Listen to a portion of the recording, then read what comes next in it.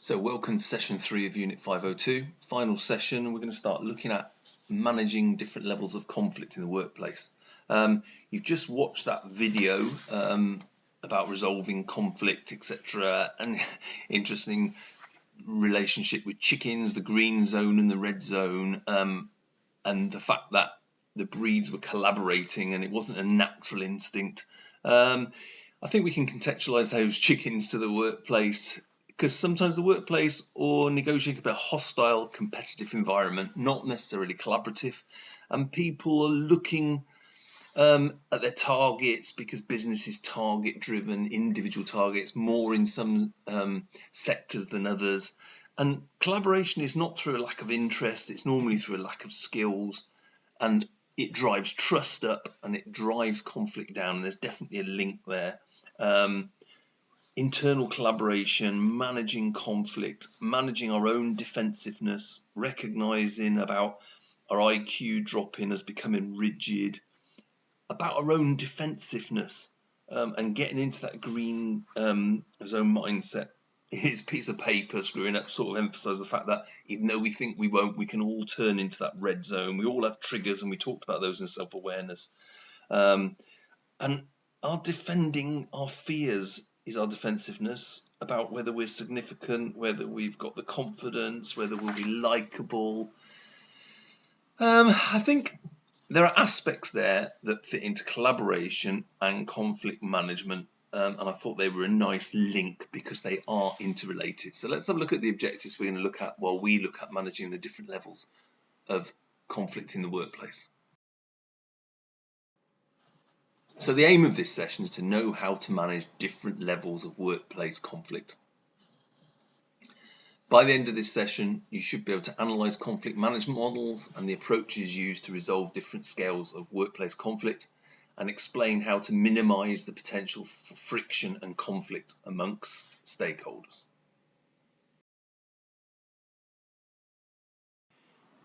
So when we think about the scale of conflict, we can be looking at it in different ways: size, complexity, and seriousness.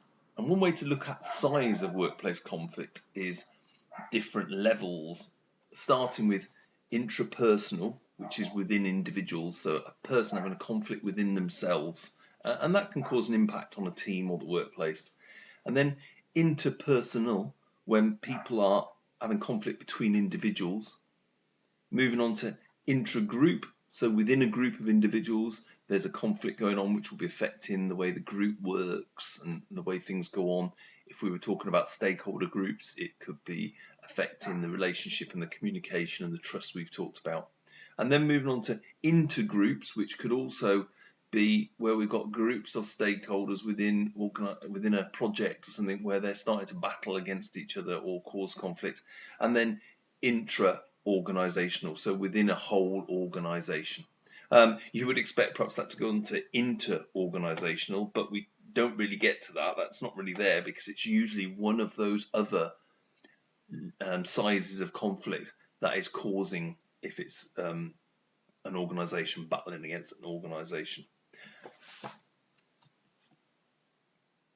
Within these levels, we can add complexity to that with the various sort of dynamics and directions that are going on, and we need to understand these so that we can take into account every individual involved and the power dynamics that are at play. For example, we'll have vertical conflicts within each of those, which could occur between hierarchical levels, say between management and employees, so there's a power balance there. And then we have horizontal conflicts, which take place between different individuals, groups or departments that are at similar hierarchical level, say between two competing departments which have the same power and authority, or two stakeholders in a project which have the same power and interest or influence over the overall project. So we need to take these into account because these are complexities within those levels or sizes of conflict. And adding to that, we can look at some examples or some situations when these conflicts sort of flare up, really. And they're line management staff conflicts. These are conflicts mainly about power and who has official authority over tasks and processes, and people can become quite protective. We then move into role conflicts where It's about the expectancy of the task. It's primarily where it's not been communicated properly what's expected of someone. The communication has not been received effectively. There's a misunderstanding really about the receiving party, about what's going to be defined, how it's measurable, how it's realistic, a little bit like when we're back to talking about the SMART objectives. And then there's workflow interdependency. So this is a serious sort of conflict where it can affect groups and individuals because of their interdependency, their reliance on someone else to do something before they can do their part of the job. Fits into that collaboration as well, because we must collaborate, and failing to do so effectively gives this sort of conflict. And it may be that it could be also that someone just doesn't believe in, perhaps not that they haven't done it timely, but they don't believe in the quality of what someone's doing, or they don't believe in the way or the process they've gone about doing it.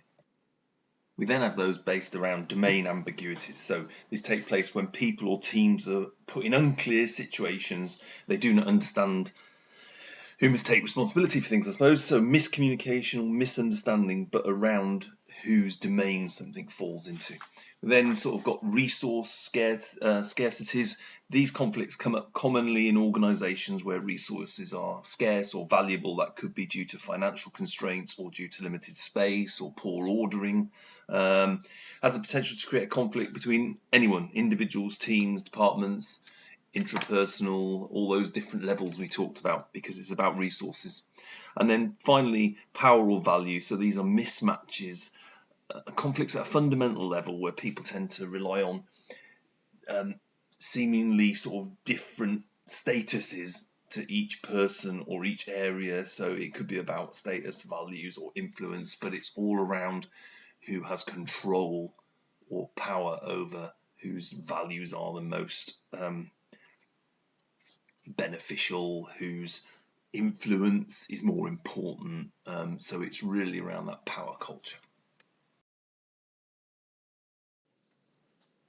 Other sort of theories, approaches will look at it in the type or style of conflict, and they'll talk about it in three: material reasons, so that could be lack of resources, competing interests over issues, ways of working, so a clear reason or some material thing; relationship, where it's poor communication, ineffective social skills or structures, sort of competitive social attitudes, power struggles, different personalities; and then finally symbolic, where there's different perceptions, values or beliefs. Could be possibly arising from cultures or from different views of the world, identity clashes, different ways of making meanings clear. So they'll be talking about it in three, and we can look at different approaches for solving those. Where the conflict is material, things that we need to apply are logic and reason. We need to use problem solving skills, remove emotions from it, and separate the people from the problem. We're striving here for objectivity and detachment. We need to make gains for all by trying, where possible, to expand whatever it is that is the material that is needed. And where it's based around relationship issues, the approach we need to take is about focusing on improving communication between the parties, and try to get away from anything competitive. If we can try and find something where there's common ground, where they can collaborate, then we need to focus on this to improve relationships. We need to reduce any power issues or systems that are causing that, and we need to provide security so that people think they can be open and they have open communication. And in this situation, we always need to remember that people are trying to save face. And where it's based on symbolic things, and this is probably the most difficult, we need to make sure we take the time. We need to make sure we understand the nature of the symbolism. We need to empathise with people, because it may not be the same for us. Our main aim here has to be to sort of create ways for the parties to see each other's world. We need to broaden their thinking and their approach. We may have to use scenarios or metaphors for them to sort of contextualise it. And we need to gather and share the information to emphasise why these things are causing problems to others and how they can cause these levels of conflict.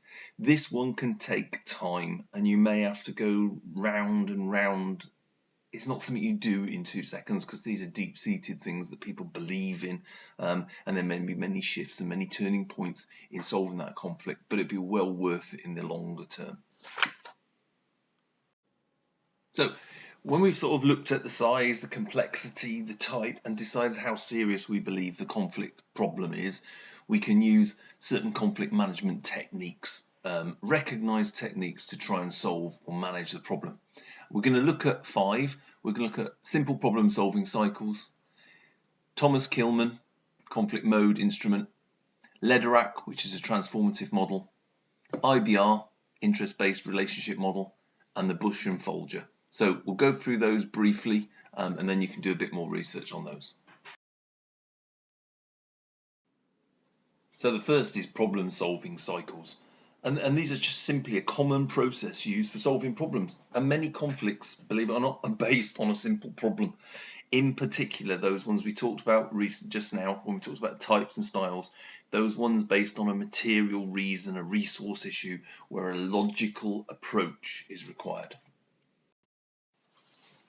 And the first step in a problem solving cycle is to identify the problem, the issue that's causing the conflict. As we said in that start of the video, talk, engage, and then identify.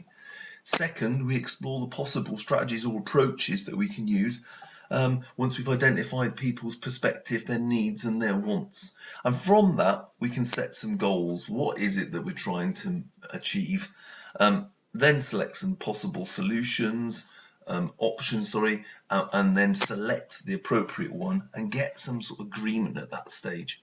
From there, we can then go on and apply those, so implement what we've said, and then we can evaluate. So it's a simple process that if we involve the people in the conflict in early, so this is when we've just got a problem and we've identified it, we may stop things becoming that animosity developing or it becoming a more serious situation. So that's problem solving cycles. So we'll move on to the Thomas Kilmann model.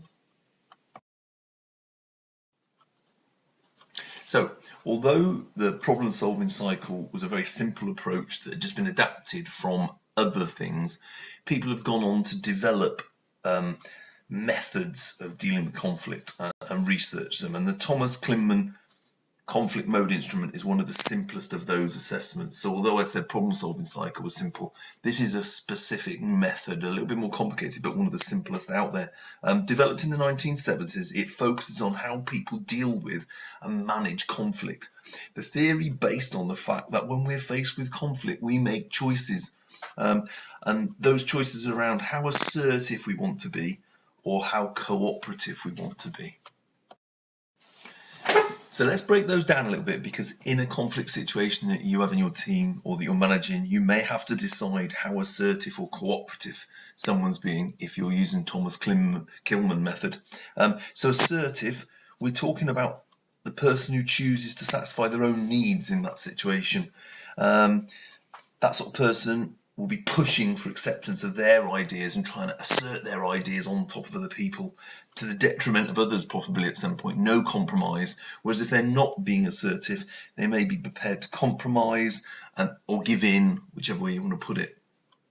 On the cooperativeness, we're talking about how much a person chooses to satisfy the other person's needs. So it's how much they're prepared to compromise. The cooperative approach might mean the person allows their ideas to be distorted.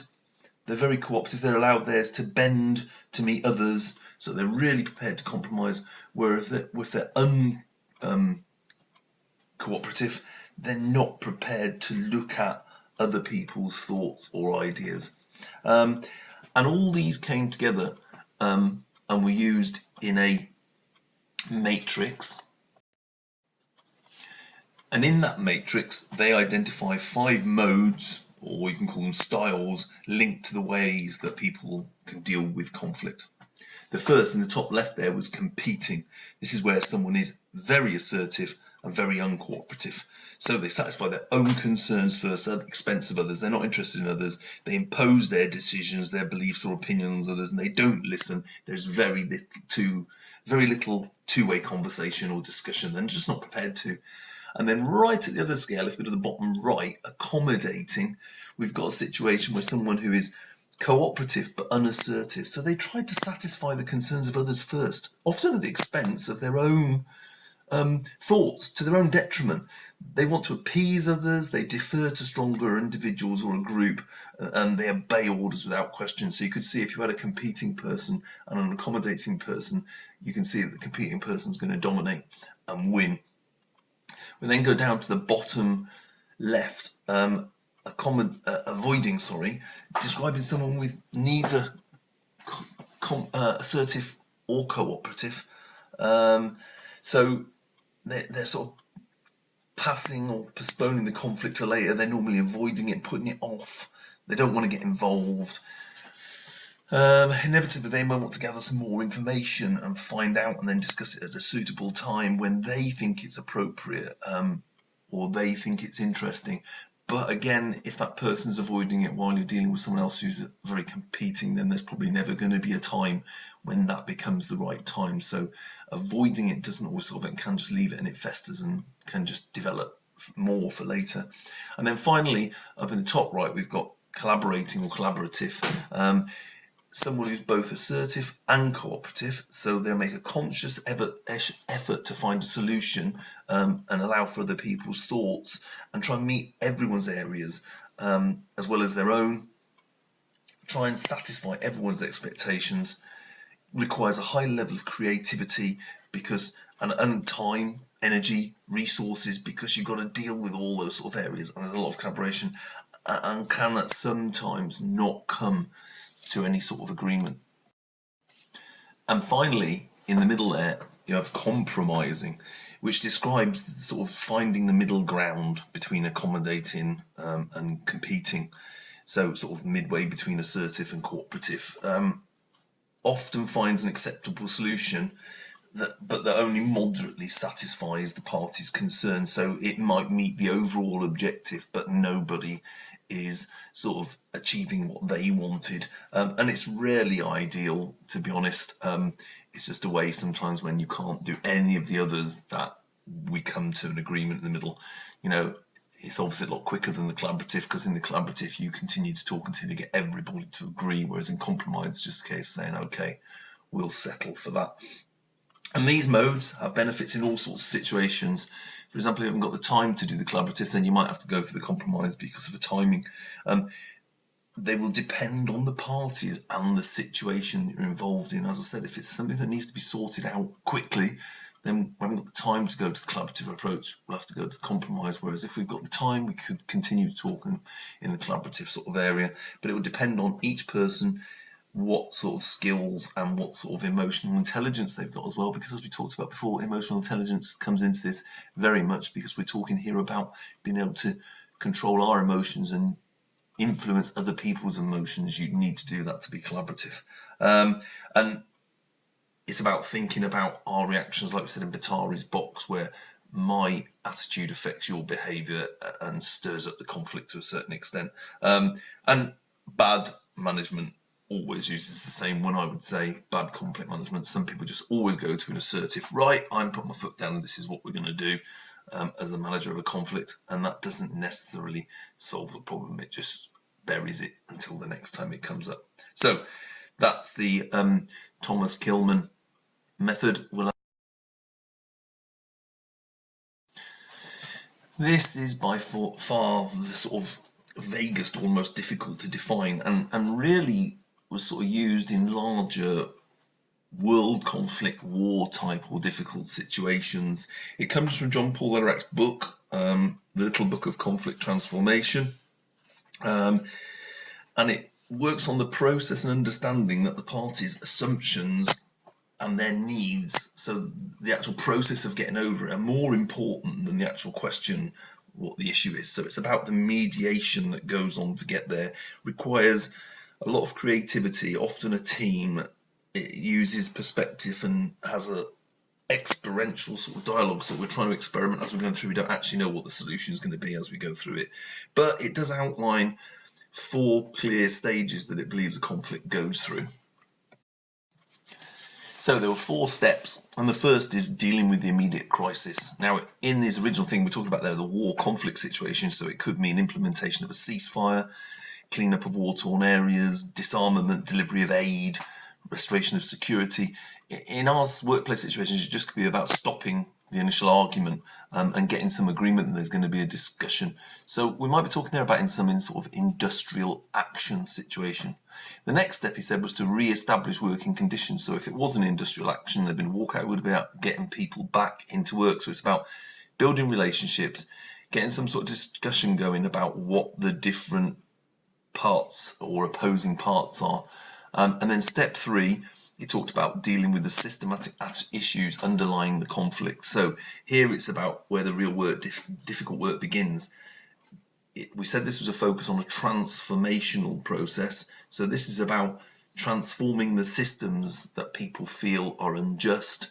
It's about getting to the deep-seated structural imbalances. So it might be about changing policies, changing procedures if it was an industrial action. And often, as he's in his book, he talks about it being deep set because it might be about traditions, history and culture. And as we've talked about culture, it could be true of that in the workplace. It may have been something that's been happening forever and we're trying to make changes. But at the end, we're hoping that that stage that we're going to come out, and that's a difficult stage, we're hoping that we're going to come out with some sort of clear, defined agreement about which way we're going. And then he said step 4 was about finding a way to introduce that, because it's fine that you've agreed it. And we see that many times in industrial disputes when the union has perhaps agreed something, and then by the time we go to introduce it and get it upheld, it disintegrates again, and we end up going back to an old stage. Because hopefully, if this works at stage 4 and it is introduced and upheld, then we're back to step 2 and re-establish working conditions again, but with the new systematic approach. It's a longer approach, and in his book, and when we're talking about conflicts, we're talking about this over a stage of years. So this is probably going to be used when there's some sort of deep-seated sort of conflict situation within the organisation. So the dealing with the crisis could be about new terms and conditions, perhaps. 2 could be about holding talks while we get back to work. 3 could be coming up with a new system, and then 4 could be implementing that system.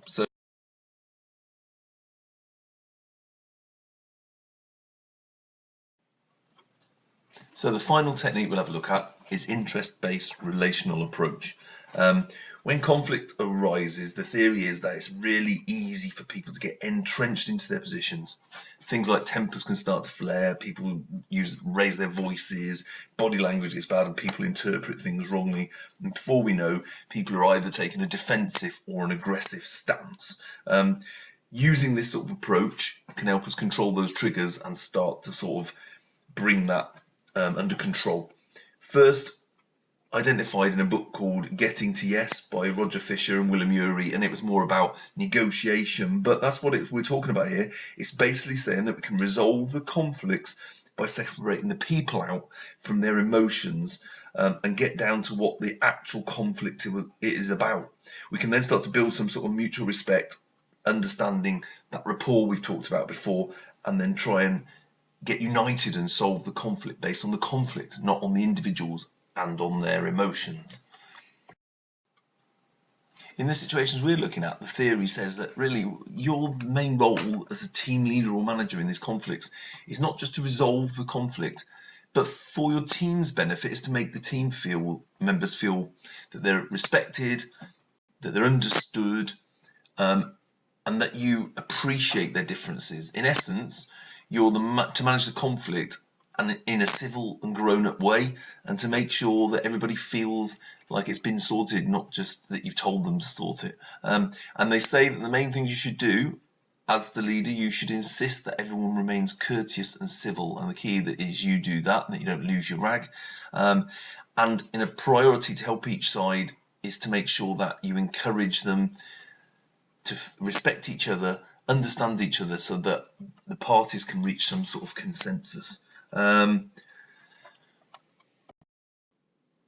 do that, you're going to have to make sure that everyone involved is actively listening. You have to make sure that you're empathetic, that you recognise or have a good understanding of the body language so you can see how things are developing, that you utilise your emotional intelligence that we talked about in 513-400, and that you manage your emotional triggers, again, as we talked about when we talked about your self-awareness. Finally, we're going to look at Bush and Folger, which is a transformative mediation approach. So mediation usually going to involve a third-party intervention, commonly used in sort of dealing with major disputes. It's a longer-term approach because it's proposing that mediation can make a deeper change to people's interpersonal relationships or their underlying sort of themes. And it's beyond remedying a short problem, so it's probably going to fit into those symbolic type problems, symbolic type conflicts that we were talking about before. So this sort of theory technique works on the fact that they say there are two keys to transformative mediation. That's empowerment and recognition. So this isn't looking to solve the immediate problem, it's rather seeking to empower and to give mutual recognition of the longer term sort of issues. So the empowerment means that parties can define their own issues and seek their own solutions, and the recognition enables them to understand the other points of view, to understand how they define the problem and why they want to seek a solution. That doesn't mean they have to agree, they just have to see the other points of view. So we can see there straight away that it's all in the control of the parties because we're just mediating. And that normally will lead to some sort of mutually agreeable settlement, but that is only a secondary impact and a secondary reason, because the main goal for transformative mediation is to foster the parties' empowerment and recognition so they can solve the current problem, but also later problems, and have a more open view so that they can take on board and transform in a more deeper way. Transformative mediation puts the responsibility clearly on the people who are involved in the dispute and suggests that they should look for a longer term solution to their problems. Of this empowerment and leaving responsibility with the people who are in the dispute, the theory doesn't tell the mediator what to do, it just sets out 10 hallmarks or 10 steps that should be followed. And number one was that it needs to be clear from the beginning what the role and objectives are, and that we're focusing here on empowerment and recognition. Number two, it needs to leave responsibility of the outcomes with the parties. Remember, you're only mediating. 3, it's about not being judgmental of the parties' views and decisions. Again, remember, you're only the mediator. And 4, the mediator does need to take an optimistic view of the parties' competence and motives, and not believe that they can't solve the problem, for example. And then 5, allow and be responsive to the parties' expressions of emotions. So in this one, we're not taking the people out of it, we're not getting rid of the emotions, we're responding to it. And 6, acknowledge that the parties explore their uncertainties. 7, remain focused on what is current and what is happening in the mediation situation. But 8, be responsive to the parties' statements about past events. So we don't just, not as you would do in some of the conflicts where you say, right, yeah, but that's in the past, let's just move on. Here we have to be responsive to the history because it's clear that we want to change things for the longer term. 9, realise that the conflict can be a long-term process and that this mediation is just one intervention in a longer sequence of conflict interactions and instructions trying to improve the process. And then 10, feel and express a sense of success when empowerment and recognition occur, even if it's in small degrees. So we're looking for those little successes as we go along. We do not need to see that not reaching the end of this is a failure, because this is going to be a longer term process and it's going to go on, and to increase that empowerment we need to set these things in motion, so it may be celebrating those small successes. So a much longer, and as the title says, transformative process, which is mediation. So it's about leaving the power to change things, the empowerment, with the parties, and will be more, like I said, for those symbolic things and be a longer term process. And the reason we're looking at this is because we want to minimise the potential friction and conflict amongst stakeholders if we're to successfully manage those relationships. So we're not only trying to stop conflict, it's showing an intent and willingness to build that effective relationship. What do we really mean though by friction? Well, friction is really when there are tensions which are a threat that there might be a conflict, whereas a conflict is when we're already got an outright confrontation. And they're both really about managing conflict, because we need to mitigate against the friction and tension to stop it developing into conflict. Well, we've looked at lots of techniques we can use for dealing with the actual conflict, so when we get into that actual battle, but the potential to reduce friction and that build-up of tension can be alleviated by making sure there is clear contact and communication at appropriate level for all the identified stakeholders. Messages are clear and expectations are clearly identified along with their needs, and that the information is shared openly, that decision making is transparent, and that is followed by enactment, so things actually happen. So we can use all those building the trust and building that relationship and building that rapport by making sure all these things happen, therefore hoping that we don't cause the friction, which then builds the tension, which actually changes into conflict. But if it does turn into conflict, we've now looked at some methods we can use to deal with those conflict situations. So then, just to round up, and before we go into doing a short activity, our main aim was to know how to manage different levels of workplace conflict, and I think we've talked through those. We analysed some different conflict management models. We looked at 5 different models, and we looked at the different scales of size, complexity, and types of different conflict and how those might fit in. And we've just quickly sort of recap some of those areas by explaining how we can minimize the potential for friction and conflict among stakeholders. So we're going to do a short activity now to sort of bring some of that together. So for this activity, I want you to review some of the resources and perhaps do any more research you feel to expand on some of these areas. And then there's an activity sheet which gives you some scenarios for some conflict situations. Obviously, you might want to contextualize those into something that you've come across in your workplace, but the theories are there in the scenarios. Decide on what type of conflict it is and what sort of plan and how you might approach it, and then identify from the models we've looked at which might be appropriate and why in dealing with those conflict situations.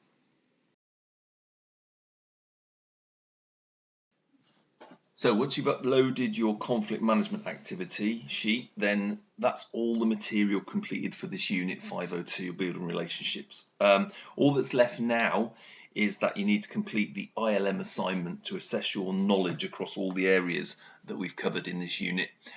It's a scenario-based assessment with a number of tasks which cover all the areas across the whole unit.